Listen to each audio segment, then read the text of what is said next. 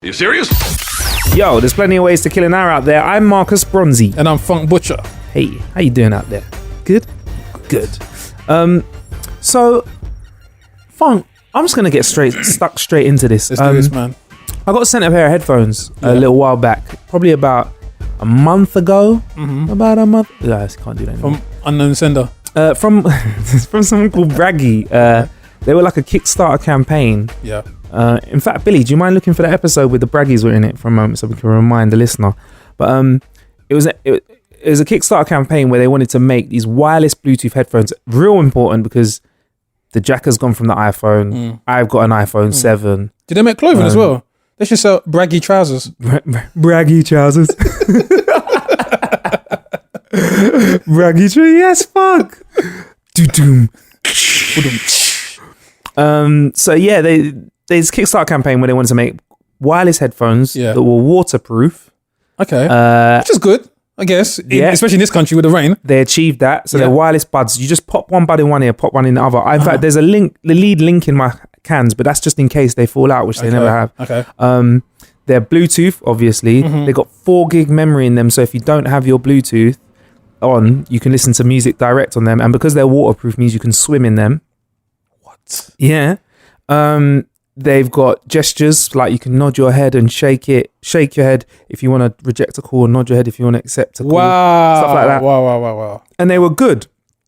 I think my only criticism was that apparently it was Jawbone Tech or whatever it is, where it's like a bone induction for the microphone, where apparently it's meant to pick up your voice through your cheek. And I felt like there could have been a bit of improvement on the sound, but they've just let us know that there was an update for the Braggy Dash. Yeah. So they updated their operating systems, and when I was in Cornwall, I actually plugged them in, updated them, and I've been having a go with their new features. Now, one of their features they had was something that was called what was it called again when they open oh man, why am I forgetting? Billy, what's it called when you see-through sound? Transparent sound, that's it. Transparent sound. So they have little microphones in each of the headphones, and you turn them on. Audio transparency, that's it. Audio transparency on. That's what she says. And basically, because there's such earbuds that stick in your eardrum so deeply that you can't really hear much because they insulate the sounds. So they have little microphones. So you turn on this audio transparency, that the microphones pick up the sound and point it straight into your ears, so you can leave your headphones on and hear people talking. Okay, so you don't have to do that annoying thing of, what did you say? Yeah. Taking out your earbud. You just take it out. Yeah, something like that. But they basically added this bit of tech called windshield to it, because the problem was, because they were microphones, as soon as you start going for a run or a walk on a windy day, it was like... Okay. But they've got something called windshield, which cuts that down. The speech quality is a little better. They've got something called Versant, which is some technology which makes your voice sound better. A few new gesture controls where you can shake your head, nod your head and stuff. But one of the coolest thing they got is this thing called Kinetic User Interface. Kinetic User Interface. And yeah, no, it sounds all cool, but it is cool. So you can activate Siri by tapping your face. I'm not joking. So they're like, somehow pick up the tap of you tapping the cheek of your face, and it goes, and it activates Siri. And it actually works. It works. That's incredible. 9 times out of 10 it was working. A couple times I think I had to get my sweet spot on my jaw. Yeah. But yeah. So I was messing with that, and I was just like, damn, Daniel, this is the future. Headphones that can pick up What if you've got a lot of meat on your face and when you're making that tapping sound? You just got to punch it, innit?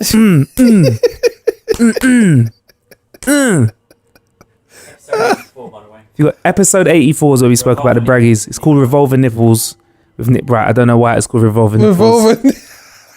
I think we're talking about good nipples. So yeah, that's it. The cheekbone slap. If you got a fat head, you got to smash it hard. Yeah. You know what? Speaking about past episodes, Funk. In the last, you sent me this, Billy, didn't you? In the last episode, before this one, I spoke about cougar hunting. That episode, I spoke about. I love the names. I spoke about Carol Vorderman, saying I just wanted to. I don't know what it is about her, man. She's just that fine wine. Carol Vorderman has been a spice for like the past 500 years. So you agree with me, yeah? She's a Jurassic Spice. Yeah, she's been around for... That's what she is. That's the episode name. There you go, right there, Billy. Jurassic Spice. Yeah, since the Cretaceous. Yeah, but she was the original countdown presenter of one of the most boring ass fucking shows That's ever. why she's so good at maths. She invented it. She She invented maths. She invented maths. It's been around that long. Oh, yeah, Countdown used to be a dry show, and then the Carol Vorderman was there, and she was the eye candy. Yeah, she shut it down, man. Huh? Billy said she got a bootay. Yeah, she's got. You know what? She's got a really good bum. You know, Yeah. I googled her and she was on TV the other day, and I was in a room with a few girls. She's on I'm a Celebrity, Get Me Out of Here show where they throw people into the jungle.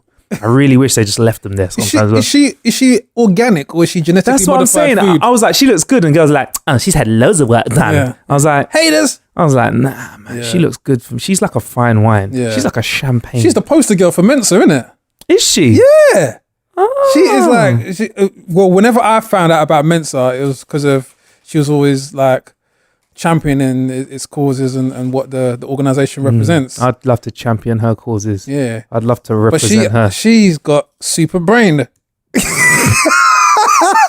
And you know, there's not a man in this world that would say no to super brains. Super brains. Super brains. Her brains must be unbelievable. Who has better brains capacity? Who has a better brain capacity? And she's got history as well, so you know her maths is strong. But anyway, so basically, she's in the jungle right now. Yeah. What paper is this from? Oh, The Sun. Okay, all right, hold tight. Said that she is a bit saucy at Christmas. Yeah. Christmas time's party time for her. Apparently, she said in the celebrity camp that the real reason she doesn't have a long-term fella, single, it, is because a few occasionals are better suited to her independent lifestyle. And occasional, even the way she talks about side piece banging is so good. He's an occasional. She's got a formula for it. Yes. Probably. Yeah, well, it's got the occasional theorem. Yeah. That's what it is. She smashes. I reckon she gives them 2 free smashes before they get too addicted. Because if it's me, if it's a few smashes into Carol Vorderman, I might start catching feelings, texting. You know, just thinking about you. She got the base saved in her phone as Pythagoras. But yeah. So it's, boy, I just feel like I'm a step closer to Carol now. Now that I know she's single. Yeah. I'm willing to mingle. Yeah. I just feel like it could happen, man. You gotta go for it, man. I'm no kid now, you know. How would I approach Carol Vorderman though? I don't know. You'd have to make her some pie with 3.14 recurring. Yeah, I'll give 3.14 recurring. Yeah. Alexa, what's pie? But yeah. Man. Anyway, sorry, I couldn't get lost in Carol Vorderman for days. I could get lost in her for ages. Anyway, Funk. Yo.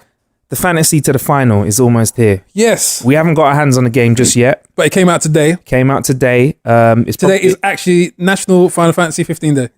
Actually, is it actually that? Yeah. It has to be. It has to be. It's in the post. As far as I'm concerned, it's in the post. It needs to be with us tomorrow. Yeah. We've been putting mad pressure on our boys at Square as well. But I watched Kingsglaive, Funk. Yeah. Fucking hell, bro. I told you! Kingsglaive is a cinematic masterpiece. Why is it not in the cinema? I don't know. Why is it like, because we got a Blu-ray here. I was going to say we should give it away, but I reckon it's yours now. Yes, but the Blu-ray. Yeah. If we give it away, it will have me with my hand attached to it in the post. Yeah. Like, you will get the Blu-ray and the strange black man at your front door. And we both can't fit in your DVD player. Oh man. Yeah. But bruv, like, I don't understand why, like, this is what I don't get. Final Fantasy is how many years? I mean, 20 what years now? Yeah, well, it's definitely over 25 years. So yeah, been around for that long. Yeah. It's a massive game. Yeah. They've got the money. The franchise has got the money to put it in the cinema. Yeah. Why did they choose not to? Obviously, they made a choice not to. Why did they choose not to? Is it because this is just, here, this is something we can give you with the game to whet your appetite? Well, it's had a few peaks and troughs in the whole series going up from 1 to 15. But aside from that, when it went on its whole cinematic kind of journey with Advent Children, which is of Final Fantasy 7, and then I think there was another one after that one where they're in space. That was more like some sort of like alien kind of interpretation. But personally, I feel that they maxed out the marketing budget on Final Fantasy 15 to the point where they couldn't really invest any more money into another aspect of the same kind of franchise. So yeah. and it's a shame because I feel like everyone who's seen this film agrees that they could have missed out on some serious coinage at the turnstiles. I want to watch that at the cinema. And just to put this in perspective, I'm not the biggest Final Fantasy fan. That's that's Frank. That's your thing. Yeah. After watching that film, I'm in. Exactly. I'm in. But the thing is, you don't even have to be because like visually when you watch it, you're just like, whoa, this isn't real people? Oh, bruv. A CGI film and I'm seeing like hair, like strands of hair and sweat dripping out our pores and stuff. Even like seeing that. the crow's feet on the people's eyes, they actually look old. Crazy. And they got some serious talent in there. Sean Bean, as well. Sean Bean and Lena Headey, they're both from Game of Thrones fame. And Aaron Paul, science, bitch. I mean, so got some serious talent in there. And like, we went to the Did you see the Audi TT in it, bruv? Even the Audi TT, I was like, they must have had to have a word about it because their shit looks so real now. They have to like, do you mind if we CGI your car and make it look real? Yeah, that's crazy. It was R8. It was R8, wasn't it? Yeah, it was R8. Yeah. And then you know what? The budget. You're right because we went to the Philharmonic Orchestra to see them playing live music from the game, which was sick. Yeah. A film that they've got out, the game. They've thrown everything and a kitchen sink at this. Like just the global launch alone. Well, I mean, in the UK they had that. They had an event last week where they turned a little part of London into part of Final Fantasy 15. So they've really cranked up a gear from the 14 and 13. And I think there was one that was really, really disappointing. I think it was like 9. That's like really kind of slammed by the critics. But I think this is their Final Fantasy 7. And aside from that, obviously you've got the remake coming out really soon as well. So there's going to be lots of Final Fantasy. Yeah, I think this for them as well. This is the best marketing ploy to lead people to getting Final Fantasy 7 remake who have never had any connection with Final Fantasy before prior to this. They're like, here, this is what this franchise is about, and then follow up with Final Fantasy 7, and they're probably going to use it as a sequel to Final Fantasy 15.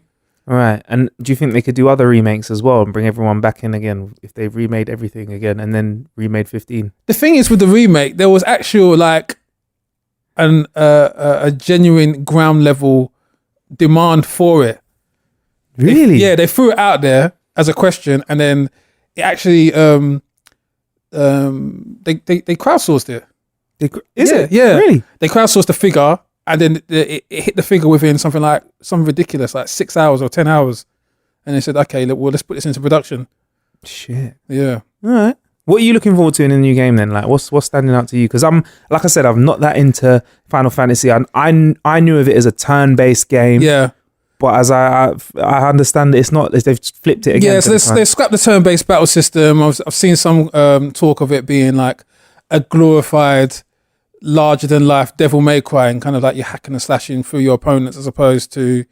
So whether or not that turn-based system, which everyone has grown to love, whether all the kind of the magic and the spells will translate into this whole free roaming hack and slash and the boss battles, we'll have yet to see. But I think what they're kind of leaning on, hopefully not too much, but they are leaning on, is visually this is going to be the best game by far compared to even any of the other PlayStation 4 games. There isn't a game I can think out there that, probably looking at Batman, comparing visually to this game, but there's nothing else out there. Crazy. And it's going to be big as well. Yeah, like it's looking like the worlds are massive. You travel along them, and there's like, it's the real story. You really get dragged into the characters apparently. Yeah. I'm excited, man. Yeah. Ian, we're ready for our game. Ready? We're ready, boy. We're ready. But yeah, man, I got some Moogle munches as well. They sent us some popcorn. Tried it.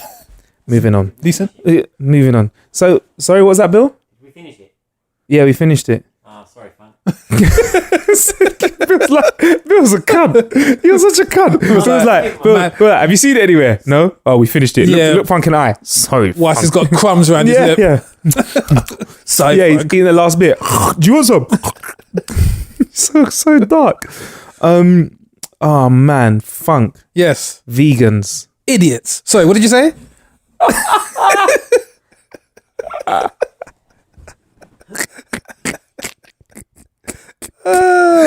You're just just a troll. Yeah, I am. You're just a troll, bruv. Hiding under the bridge. Attacking bridge. these vegans with their carrot sticks. But go on. So there's been a lot of hype around a £5 note. Yeah, there has. A lot of hype around a £5 note. One is that it's a new note. Everyone just gets excited about that in the UK. Got a new face on it. The design is different. You can use a rubber and rub out the Queen's face, apparently. So there are people rubbing off stuff. Yeah. There were versions of it that were like really expensive as well, that had the AK-47 barcode on them. What else? Someone could play a record. Remember, you could play if you hold it onto a record, you could play it. Yeah. We've now found out something new about the fiver. Yeah. It contains something called tallow. Mm-hmm. It's a substance which is made from animal fat, which is often used in the manufacturing of candles and soap. And there's a petition launched on the production of these plastic fibers to be stopped, and it's quickly gained a whopping 1,000 signatures.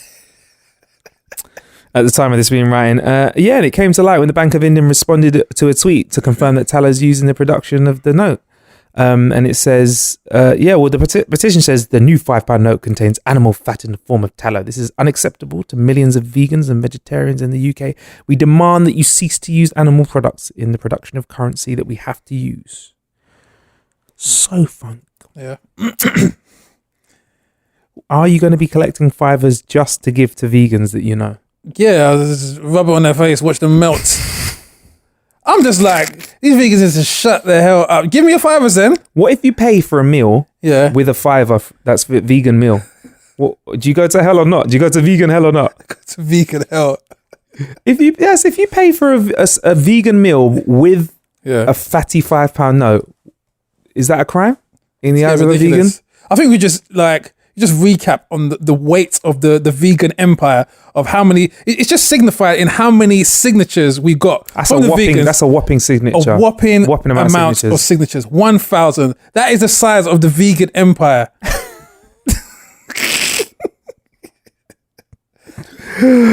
That's why these fools sitting here writing up these petitions, eating bird seeds, they need to shut the hell up. I'd be grumpy if all I could eat was salad. Yeah. I'd be really upset if all I could have was salad all day long. Yeah. And I found out that people were fertilizer. And I found out why I was enjoying spending my fivers and licking my fingers after spending some fivers out there. And tree bark. Yeah. Tree bark. But yeah, man, I didn't. How do you find out that they use fat in a fiver? Who finds that out? Well, this is the thing. I actually, this has got to be a leak from inside whatever the mint that produces these £5 notes or wherever that's being produced. But who would go to the lengths to run these scientific tests on the new £5 note? I mean, why would they do that? The guy that we spoke about in the last episode, that cop that we know that got contacted us on Facebook. What's his name? Jack McFarlane. Jack McFarlane would do that. That's Jack what it would be. That sounds like a case for Jack McFarlane. This sounds like something that would happen on CSI. Yeah. Who are you? Who? Vegan. Yeah, doing a little test on the £5 note. Yeah. But again, I mean, what do they actually expect to happen? There's too many of these £5 notes already in circulation, so they can't recall all of them. I want to know how the fat vegans are going to cripple our economy. But I thought vegan people just didn't eat animal stuff. They don't eat anything. Marcus, they photosynthesize. They are one with Mother Gaia, the earth. But I thought, like, using if it's like being got, like, you know, if it's been received, the fat has been taken on. What if it's some waste products or something from the corpses of animals? Would that still be illegal? Would that still be bad? I mean, they just don't want anything, I don't know, like remotely related or had any form of contact with anything living, which is going to be difficult. So what about this though? What about the fact that if a cow dies, it decomposes into the earth? Yeah. Then the fact and the grass or the sweet corn, for example, takes in the nutrients at some point, and that turns into sweet corn. Are you eating meat if you eat sweet corn then? Listen, if the cow dies, and part of the cow's ashes are blown onto some brownfield site, which they build the factory which is going to make these £5 notes, these vegans are going to kick off. That's the level it's getting to. I'm just really concerned with the fact that this is democracy at its worst. For me, this is where politics gets a little bit silly. This is where exercising and expressing your right to think and express those thoughts is sometimes it's gone too far. When you're overly offended. Because then the offense can be misconstrued and interpreted in many different ways. The sun, you have offended me. The rays are too bright. How dare you? Let's write a petition. You will have your day. I'll bring the moon back. And you won't come back. So these guys are trying to, I mean, this is another thing as well. It would actually be interesting to find out what percentage of tallow is constructed in the whole of the actual, the weight of that £5. It's probably less than 1% of tallow used. It's probably used that's not the point, on Churchill's eyelashes. That's not the point. On the note. Churchill's on the note, innit? I just know Winston. the Queen's on it. I've not flipped the note over, mate. I've just been like, £5. Is that bad? Should I know? Should we all know who's on what? It's not in my hand long enough. I'm just handing it over and getting a pack of crisps. Yeah, I'm just buying my superfood salad. That's what I'm doing, man. I'm just buying my green smoothie with my fivers all day long. So if you have a £5, walk into a vegan shop and try and spend it, and they'll let you know whether it's acceptable or not. It's the only way to find out. Road test that. And I feel like all independent retailers, stockists, newsagents should have an extra bag of £5 coins just for the vegans, because they won't accept. They will break out in hives if you try to hand over the new £5 note. So you have to have your bag of £5 coins just in case. No, give it to them in one piece. Give them give them £5 worth of pennies, and send them on their way. Wow. Yeah. Funk for president. Yep. Funk for president. I think that brings this episode to an end. There's plenty of ways to kill an hour out there. Thank you for killing some time with us. I've been Marcus Bronzy. And I've been Funk Butcher. And just before you go, don't forget you can leave a review. Just click the link in the show description. Let us know how you feel. Probably, if you're vegan, just don't do that this time, because we kind of want to keep that 5-star ratio, baby. Next time.